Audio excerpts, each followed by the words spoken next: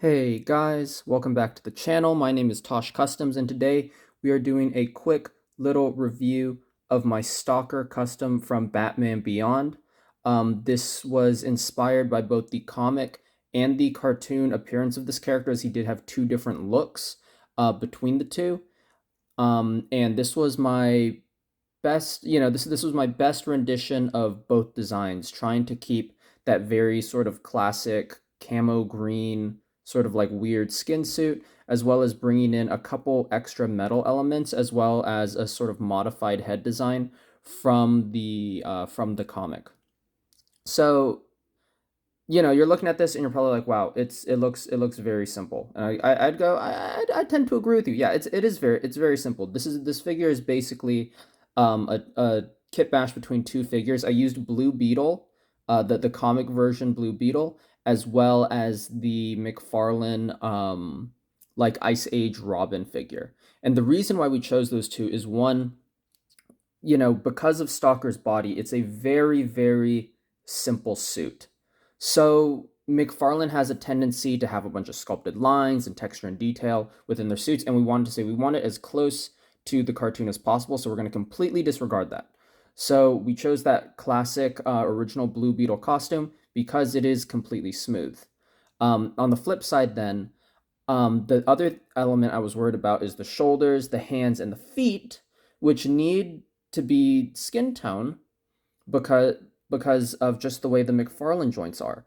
All of these are these all the entire figure is like these friction like ratchet click joints, and that just means that you can't really sand them because of the inherent way that the articulation works. Um, they're these staged ratchet joints, and so that means everything on the inside in between these joints, and unfortunately there is going to be some paint rub that I'm going to talk about here, which as I continue to work with these McFarlane figures, I'm starting to believe that it's inevitable, but we'll get into that a little bit later. So talking about the suit once again, I had to, make sure I had skin tone colored parts that would be able to avoid paint rub in the most crucial areas. Um, but that brought a unique challenge, which was color matching. If I'm using standard plastic parts because I'm trying to avoid paint rub, all the other areas of him need to match the color of the plastic.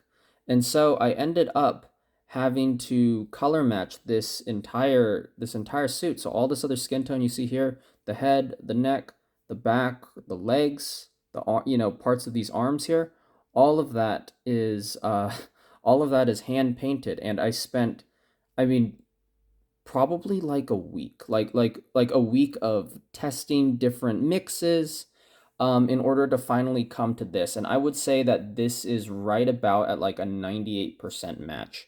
It's not like 100% toned the same. As you can see, there's just this orangish sheen that comes out in the plastic that's just very hard to capture with paint, just due to the nature of paint itself. But I mean, that looks one to one. You really have to focus in order to see it. And so I'm very happy with how this turned out, but it was very tedious, guys. I would go on a limb to say that this might have been one of my toughest paint jobs, simply because I was trying to color match it and I couldn't dictate my own color tones. When you paint everything from scratch, you can say, I'll make it this tone, and that is a good enough skin tone to what I'm desiring, or that is, a close enough green or a close enough blue or red, whatever tones you're trying to go for. But in the case of color matching, you don't get to do that. This is setting the bar for you, and so it's how close can you get to the bar. And I think it turned out quite well. A really unique design I like with this guy is all the very sort of like asymmetrical, kind of chaotic line work that he has for the color blocking between the green and the skin tone. I'm not too familiar with the character from the cartoon, so I don't know why his suit is like this, but I really do like it. It's very fun to paint, honestly, because I painted all the skin tone. I dry brushed all that, I dry brushed and set up my base layers and everything, and then after that I just got to cut out these huge black chunky lines and then bring in this forest green in order to fill in the extra areas here. So super, super cool. In terms of the sculpting, He's got a gauntlet and a little armband up here, or like an arm plate really, on the arm. And this arm plate is directly taken from the comic book design, as well as this piece that runs up and around his shoulder. It's supposed to mimic another piece of cybernetics that he has from the comic. And then basically most everything else is a detail that you see from the cartoon. So this wrist gauntlet here, this armband, the neck brace, as well as the sort of like calf guards, all taken from, all taken inspiration from the cartoon there, as well as his sort of like metallic trunks, which is pretty funny.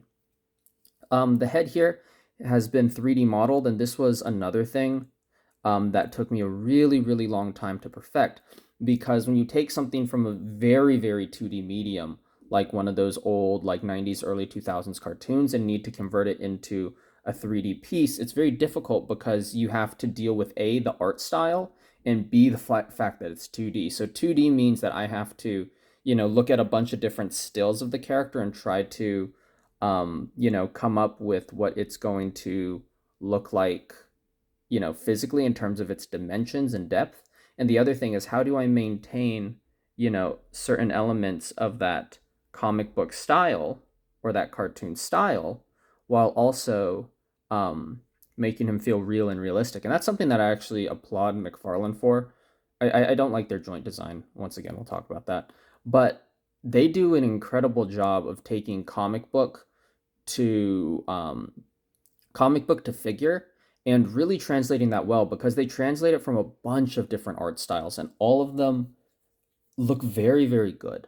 So I will say that is an impressive thing that Mcfarlane does, and it's something that I think I was able to accomplish here. So he's got quite a thin face, but he's got a very interesting profile here. He does sort of have like this hawk nose, as I was looking at different profiles of him, and so trying to capture that was very important, sort of that little hook at the very end there, as well as he's got these two different toned eyes. So he has, I don't know why my camera is struggling to focus so much. Oh, I think it's because, hold on, let me bring it back to 1.0 here. There we go. Now I can focus. I was trying to give it a zoomed out look, but otherwise I have to hold my hand super far away.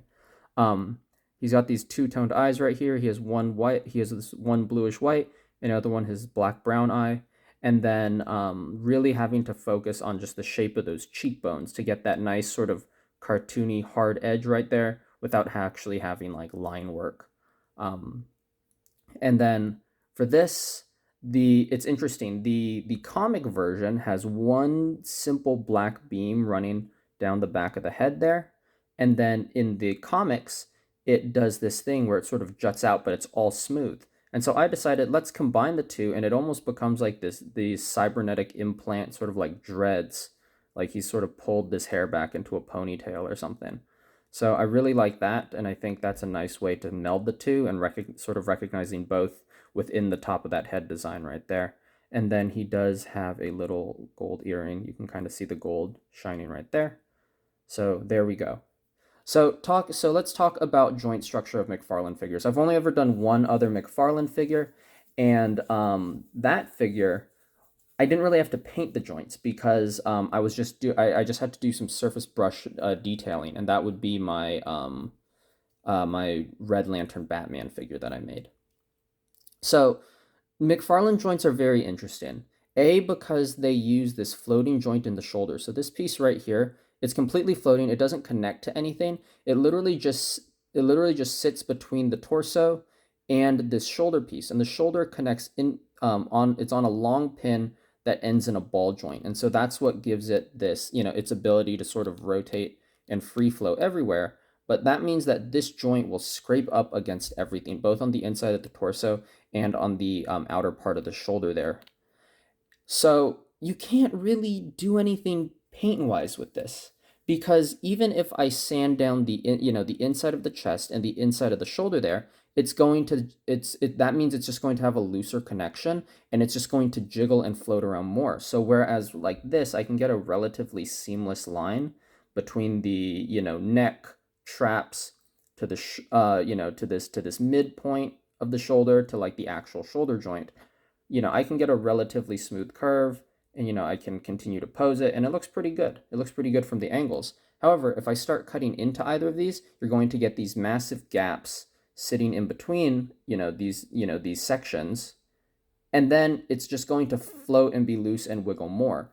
So it's not an issue of clearance, it's just an issue of engineering, which is really, really tough. Another thing is how Mcfarlane designs their double joints. So the way it works is you can actually see a tab right down there that's getting some paint rub.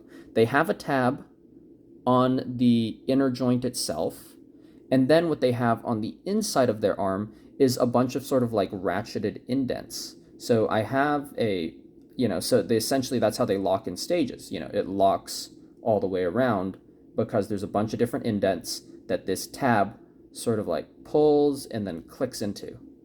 So the issue with that is that, between these indents, there's these little points that come out. And so when you have all these different points in the arm, it's not simple enough to just sand down, the joint here, which I did. I sanded down all of his joints because there's a bunch of little nubs on the inside that you really can't reach. And so you either have to sand these down to a point that they don't look really natural anymore and they're cut down so much, or you just have to deal with a little bit of the paint rub. And this is not something I realized or really understood fully up until I started painting this guy. And by the time I sort of got into it, I was just a little too deep. So I ended up cutting away at most of the paint rub with my X-Acto knife and then painting over it, and that solved it to like maybe like an 85% degree.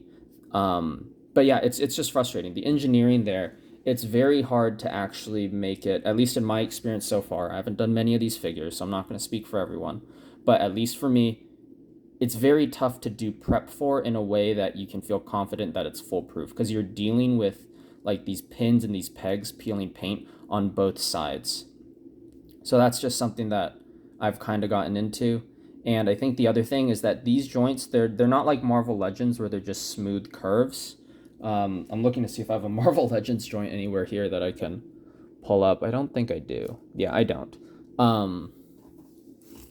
But these are sculpted to the actual, like curve and shape of the arm. So they don't have like a more standard configuration. And so because that, to sand it all down, it's just going to look like this real flat block sitting in the arm. And so I did my best to keep the natural shape and reduce paint rub, but at the end of the day, I don't know if there's a win situation here. It's tough from my experience. Another thing that makes the paint prep difficult is this floating soft rubbery plastic waist joint here. So the way it works is there's this pin that runs through either side of the hips, and the legs plug into this pin on either side, and then there's this floating ball joint that sits to connect to the lower torso. And then you have just this, I guess the best way to describe it is like a floating skirt piece. You just have this floating rubber skirt piece that sort of slides and tabs over that whole joint system on the inside. The issue with that is you got all this soft rubber butting up against the legs. So my solution was I just cut it, I just created more clearance, and thankfully as I've been testing it, granted I've been very careful, but as I've been testing it, you can see there's no paint rub on the inside and the butt, which is really good. And you can see on both sides, it's looking good so far. So I created enough clearance, but I would highly recommend for you customizers out there and to the customer, just be careful. Just, maybe warm it up or just be very slow with articulating those joints to make sure that it doesn't clash. Thankfully, this is soft and it's very pliable, and I have cut it at an angle so that this whole edge here is thinner. But fact is, it's still just not a great design because of the way the joints are without this skirt piece. It's not like Marvel Legends where I can sort of cut into it and create more clearance. If I do that, you'll just see more exposed joint and you'll see all the inner workings. On top of that, the way the hips work is they don't plug in like on ball joints or anything. It's on this whole hinge mechanism. So there's a peg that runs into the thigh, and that's what creates my swivel back and forth. And then you can see that it's on this there's this port and pin here that lets it go up and down, and then it's on a hinge that does the in and out. And all of that together is a very, very complicated system that can just be solved with a ball peg.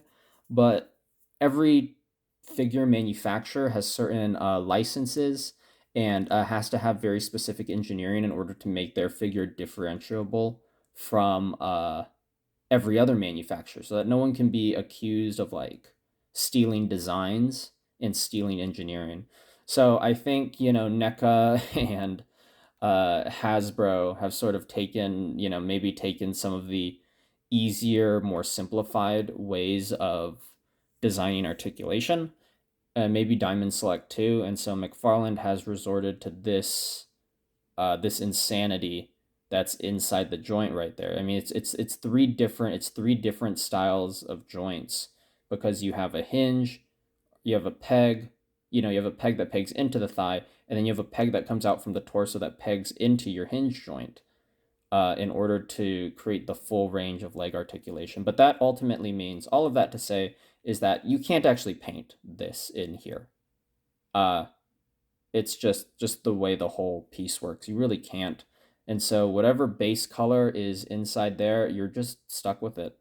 And they, as far to my understanding, I did a little bit of testing. They do actually scale differently per figure. So the inside workings of here is not a universal piece, but McFarlane essentially for every figure, or like every mold, has like very specific dimensions for everything. So like this shoulder ball peg that plugs into the body is not going to be the same shoulder ball peg size on a Batman figure or on a Superman figure. This is very unique to the body mold that they used for that Ice Age Robin. So if they reuse that Ice Age Robin body mold, that peg will be the same, but they don't use universal measurements across a lot of these. Marvel Legends usually has like 2 or 3 different pin sizes, um, 2 or 3 different like peg sizes, and they just sort of rotate so that there is a level of interchangeability, especially since Marvel Legends likes to kit bash.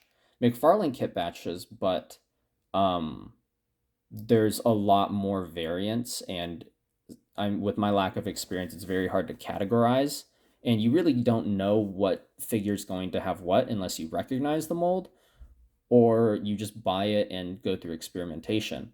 And so, I mean, thankfully, the Ice Age Robin to the Blue Beetle body worked perfectly fine. They're roughly the same size figure, so thankfully they have the same. Like this joint in here is actually a bit tight in the Blue Beetle body. It articulates perfectly fine, but I mean, in comparison to the original Blue body, the Blue Beetle ball peg, this one actually holds a little bit tighter. So the ball joint from the shoulder is actually a bit bigger into that plug.